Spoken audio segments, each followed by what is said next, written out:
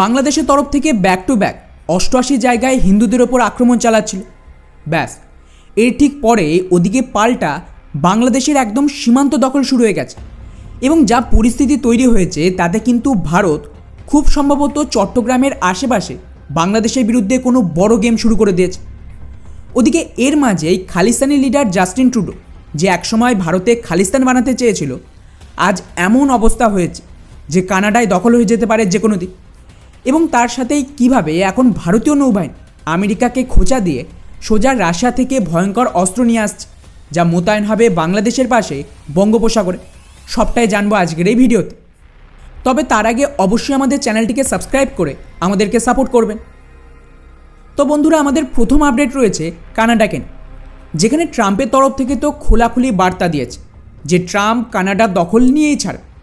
কেননা recently Donald Trump আর ট্রুডোর মধ্যে একটা মিটিং হয়, আর এই মিটিংয়ের পর এখন অফিসিয়ালি ট্রাম্পের তরফ থেকে ট্রুডোকে কানাডার প্রধানমন্ত্রী না বলে ওখানকার গভর্নর বলে টুইট করেছে। অর্থাৎ ট্রাম্পের মতে কানাডা যেহেতু আমেরিকার দানের টাকায় টিকে রয়েছে, তাই ওরা আমেরিকার 51তম রাজ্য, আর ট্রুডো ওই রাজ্যের গভর্নর, প্রধানমন্ত্রী নয়। মানে বুঝতে পারছেন, এই ট্রুডো ভারত ভাঙতে গিয়েছিল, আর আজ এমনই অবস্থা যে নিজের দেশ বাঁচাতে হিমশিম খাচ্ছে। আরও বড় কিছু অপেক্ষা করছে ট্রুডোর জন্য। ট্রাম্পের শপথ নেওয়ার পর ধীরে ধীরে এই সমস্ত সামনে আসবে। ফলে যা মনে হচ্ছে তাতে গোটা কানাডাকে ট্রাম্প বরবাদ করেই ছাড়ে। অর্থাৎ ভারতীয়দের জন্য এখানে সিনেমা শুরু হয়ে গেছে। আপনাদের একটাই কাজ, পপকর্ন কিনুন আর এনজয় করুন। এবারে আসি আমাদের নেক্সট আপডেট বাংলাদেশকে নিয়ে, যেখানে ভারতের তরফ থেকে আমাদের ফরেন সেক্রেটারি বাংলাদেশের ডিকটেটর ইউনিসের সাথে মিটিং করে, যেখানে সরাসরি হিন্দুদের ওপর ঘটা আক্রমণকে ভারত তুলে ধরেছে। আর ভারতের তরফ থেকে হুঁশিয়ারি পেতে এখন সরাসরি বাংলাদেশের সরকার স্বীকার করছে যে হ্যাঁ, আমাদের এখানে 88 জায়গায় হিন্দুদের ওপর আক্রমণ হয়েছে এবং আমরা এর বিরুদ্ধে অ্যাকশান নিচ্ছি। যার আন্ডারে বাংলাদেশের সরকার নাকি 70 জনকে গ্রেপ্তার করেছে, এটা বাংলাদেশ নিজে বলছে। হ্যাঁ, জানি সবটাই নাটক, এদের কিছুই হবে না। তবে এটুকু গ্যারান্টি যে এই মিটিং ভারত নিজেদের ডিমান্ড সরাসরি জানিয়ে দিয়েছে। এরপর বাংলাদেশ যা করবে তাতেই বোঝা যাবে যে অফিসিয়ালি ওরা ভারতের সাথে বন্ধুত্ব না শত্রুতা চাইছে। সেই হিসেবেই ভারত সরকার ফার্দার অ্যাকশন নেবে। এবারে আসে আমাদের নেক্সট আপডেট মিয়ানমারকে নিয়ে, বাট এগেন এটা কিন্তু ডিরেক্টলি বাংলাদেশের সাথে লিঙ্ক, আর এটা আজকের সবচেয়ে গুরুত্বপূর্ণ আপডেট। মিয়ানমারের একটা রেবেল গ্রুপ রয়েছে আরাকান আর্মি, যাদের নাম হয়তো শুনে থাকবে।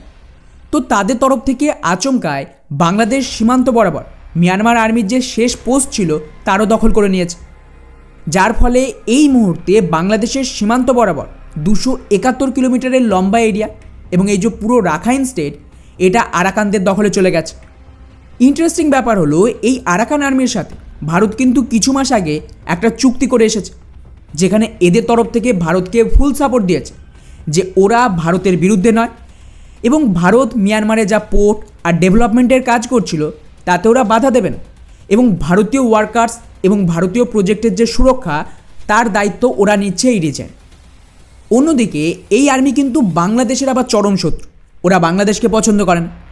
বহু বছর ধরে বাংলাদেশের চট্টগ্রাম ভাঙার জন্য এরা কাজ করছে, কিন্তু এত বছরে ভারত এদেরকে ডিরেক্টলি সাপোর্ট দেয়নি, আর না ইনডাইরেক্টলি সাপোর্ট দিয়েছে, যার দরুন ভারত আর এই গ্রুপের মধ্যে একটা লড়াই ছিল বাংলাদেশের জন্য। তবে যে মুহূর্তে বাংলাদেশের রিজিম চেঞ্জ হবে তার ঠিক মাসখানেক আগে ভারত এদের সাথে চুক্তি করে বন্ধুত্ব করে এসেছে। আর এখন যেই বাংলাদেশের পরিস্থিতি বিগড়ে গেছে, তখন এটা দেখেন বাংলাদেশের সীমান্ত বরাবর জমি দখল করছে, আর ভারত এখানে মিয়ানমারের সেনাকে কোনো রকম সাপোর্ট দিচ্ছে না এদেরকে ঠেকানোর জন্য। তো আশা করি বুঝতে পারছেন যে এখানে কি গেম চলছে। শিয়াল মারার জন্য সবসময় নিজেকে যেতে হয় না, আপনার পোষা কুকুরই যথেষ্ট এই ধরনের শিয়ালের শিকার করার জন্য। এর উপর আমি খুব তাড়াতাড়ি একটা ডিটেলস অ্যানালাইসিস করব ভারতের প্ল্যান নিয়ে, যেটা আমাদের দ্বিতীয় চ্যানেল হোয়াট হ্যাপেন বাংলাতে আসবে, তো ডেফিনেটলি সাবস্ক্রাইব করে রাখবেন। যাই হোক, এবারে আসছে আমাদের নেক্সট আপডেট নৌবাহিনীকে নিয়ে, যেখানে রিসেন্টলি আমাদের রক্ষামন্ত্রী রাশিয়ার ভিজিট করে, যার উদ্দেশ্য ছিল আমেরিকান ফাইটার জেট ইঞ্জিন নিয়ে যে ব্ল্যাকমেলিং চলছে তার বিরুদ্ধে রাশিয়ার সাথে চুক্তি করা, যাতে আমেরিকাকে একটা শিক্ষা দেওয়া যায়। এখন এর মাঝেই খবর আসছে যে রাশিয়া ভারতীয় নৌবাহিনীর জন্য যে আধুনিক স্টেলথ ফ্রিগেট তৈরি করেছিল তার একটা জাহাজ ভারতীয় নৌবাহিনী কমিশন করেছে, যার নাম হলো আইএনএস তুশির। হ্যাঁ, এটা ভারতের কাছে অলরেডি যে সমস্ত ফ্রিগেট রয়েছে স্বদেশীভাবে তৈরি তার মতন এতটা শক্তিশালী নয়। এর থেকে নীলগিরি ক্লাস বা শিবালিক ক্লাসের ফ্রিগেট আরও বেশি শক্তিশালী এবং আধুনিক। কিন্তু এখানে টুইস্ট হলো এই দুটো জাহাজ অ্যাকচুয়ালি রাশিয়ার নিজের জন্য তৈরি করছে, কিন্তু ইউক্রেনের ক্রিমিয়াতে দখল নেওয়ার পর এর যে ইঞ্জিন সেটা ইউক্রেন রাশিয়াকে দেয়নি। তাই রাশিয়ার এই জাহাজ তৈরি মাঝপথেই থেমে যায়। আর এই সুযোগে ভারত কী করে, রাশিয়াকে অফার করে যে এমনিতেও তো ইউক্রেন কোনো দিনই ওদেরকে ইঞ্জিন দেবে না। এতে রাশিয়া অলরেডি এই যে অর্ধেক জাহাজ বানিয়ে রেখেছে এতে তো ওদের লস হতে পারে। তার বদলে ওরা কী করুক, এই জাহাজ ভারতকে টেকনোলজি ট্রান্সফারের মাধ্যমে বিক্রি করে দিক একটু কম দাম, এতে দুজনেরই লাভ হবে। ব্যাস, এই সুযোগে ভারত ইউক্রেন থেকে ইঞ্জিন এনে সেটা রাশিয়াকে দেয়, আর রাশিয়ার নৌবাহিনীর জন্য তৈরি এই দুটো জাহাজ ভারত নিজের নৌবাহিনীর জন্য কিনে নেয়। এখানে ফায়দা হলো আমরা দুটো জাহাজ পেয়ে গেলাম টেকনোলজি ট্রান্সফারের সাথে, কিন্তু অনেক কম দাম। মানে ভারত কোনো সুযোগ হাতছাড়া করে না নিজেদের ফায়দা নেওয়ার জন্য। স্পেশালি রাশিয়ার ইউক্রেনের যুদ্ধে সবচেয়ে বেশি ফায়দা ভারতেরই হয়েছে। আর দ্বিতীয় যে জাহাজ রয়েছে এই ক্যাটাগরি, সেটা আগামী বছরে ওরা ভারতকে ডেলিভারি দেবে। তো নৌবাহিনীর জন্য 62টা জাহাজের মধ্যে একটা জাহাজ তো কমিশন হয়ে গেল। এবারে আসে আমাদের শেষ আপডেট, এগেইন বাংলাদেশকে নিয়ে।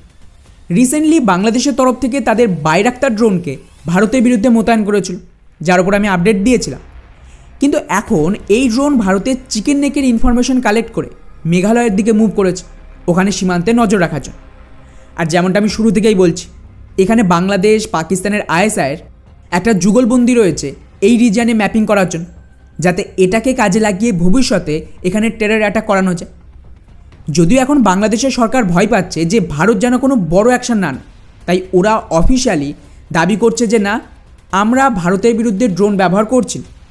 কিন্তু আসল ব্যাপার হলো এটাকে হালে মেঘালয়ের কাছে ডিটেক্ট করা হয়েছে। তো বাংলাদেশ সরাসরি রাস্তা তৈরি করছে নেক্সট সিরিয়া, গাজা অথবা লেবানন হওয়ার জন্য। আর এরা এটা এখন বুঝবে না, যেরকম গাজার লোকজন 7ই অক্টোবর সেলিব্রেট করছিল, পরে রক্ত দিয়ে দাম দেয়, ওদিকে সিরিয়ার মানুষ দুদিন আগে সেলিব্রেট করছিল সরকার পালানোর পর। এখন তাণ্ডব দেখছেন তো যে ইসরায়েল আর আমেরিকা কী করল, যার উপরে আমি একটা ডিটেলস অ্যানালাইসিস করেছি আমাদের সেকেন্ড চ্যানেলে।